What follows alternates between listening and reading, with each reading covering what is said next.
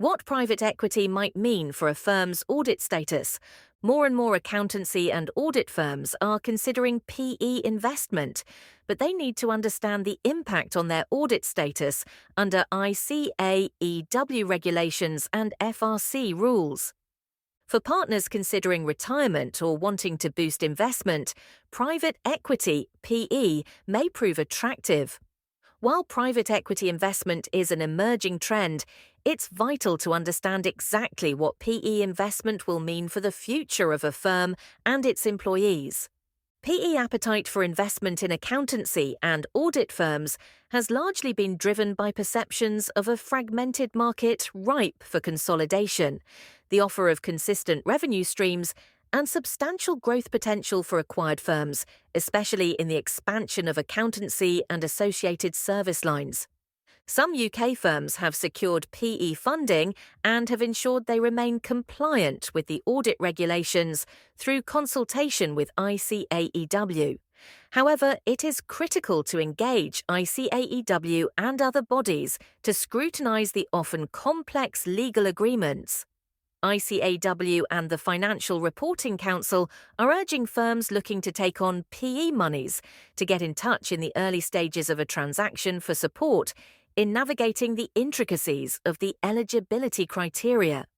Audit regulations, as derived from the UK Companies Act, require a majority of an audit firm's voting rights to be held by audit-qualified persons, which essentially means an audit firm must be majority-controlled by individuals with the audit qualification. In this context, majority means more than 50% unless a firm's constitution specifies a higher percentage of voting rights are needed for decision-making, in which case majority shall mean that specified percentage or more.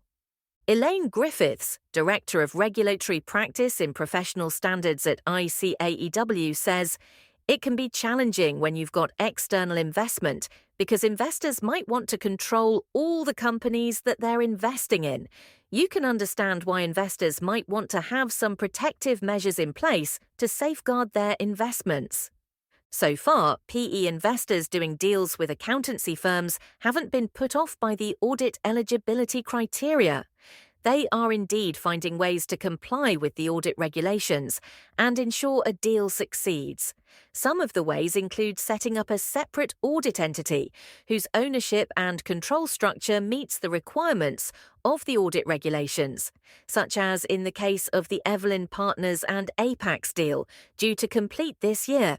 While creating separate entities creates a greater administrative burden and marketing considerations, PE investors' appetite is so far undimmed, and with two different businesses, firms have been able to retain their audit registration.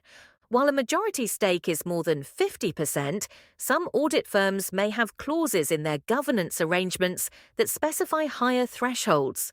In some cases as much as 75% or even 100%.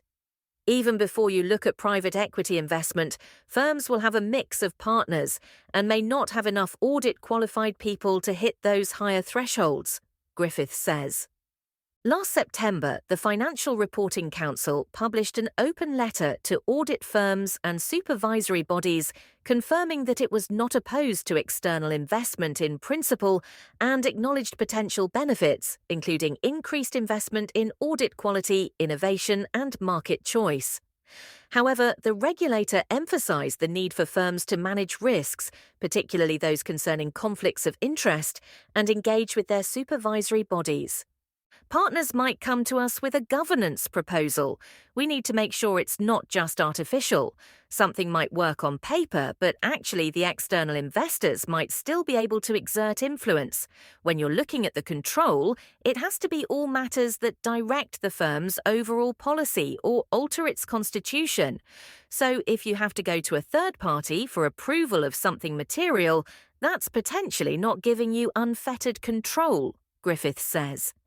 Failure to fully comply with audit regulations will have significant implications for a firm's continued audit registration and therefore its ability to issue audit reports post-transaction.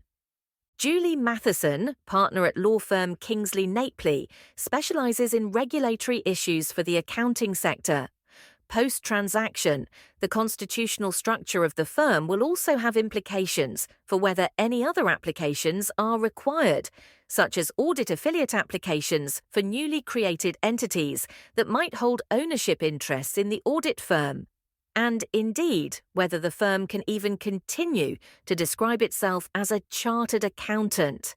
One of the biggest issues surrounding PE investment is audit independence and conflict of interest risks, or at the very least the perception of this. Matheson says, PE-backed firms may be pressured or even incentivized to prioritize higher margin practices, which could be fundamentally at odds with audit independence and quality. There are prohibitions on audit services that the firm can provide to the private equity fund, portfolio companies of the fund, or any significant affiliate of companies in the fund, many of which may be public interest entities. The fund itself may be caught by independence requirements if it is deemed a covered person, in circumstances where it is in a position to influence the conduct or outcome of an audit. PIE auditors are restricted from providing most non-audit services to their PIE audit clients, which are subject to strict audit and governance rules. The Big Four firms continue to dominate the audit market for PIEs. Griffith says that any firm partly owned by a PE fund would need to make sure that those investors don't also have any interests in an existing or proposed new audit client. Although these kinds of issues could arise at the point of investment, private equity firms do forge new and regular acquisition trails, so this would be something that would need continual monitoring. Vipul Sheth, MD of accountancy outsourcing business, Advanced Track, says, public interest entities, like any other, will be dealt with in a professional manner with most audit firms. Maintaining trust in the audit profession requires robust safeguards, such as appropriate decision-making, declining certain work, or implementing clear Chinese walls to separate interests. These measures are critical to ensure compliance and uphold confidence in the integrity of audits. Although a new and growing trend, PE investment into accountancy firms is becoming more and more popular in the marketplace, and firms and investors are proving it can be successful even within the strict rules. After all, it is hoped external capital can bring substantial opportunities for technological innovation and increased competitiveness in the audit market, all of which ultimately are beneficial for growth and the public interest. However, both aspiring accountancy firms and their fund acquirers should ensure that all regulatory implications are carefully thought through, especially given the risks at stake.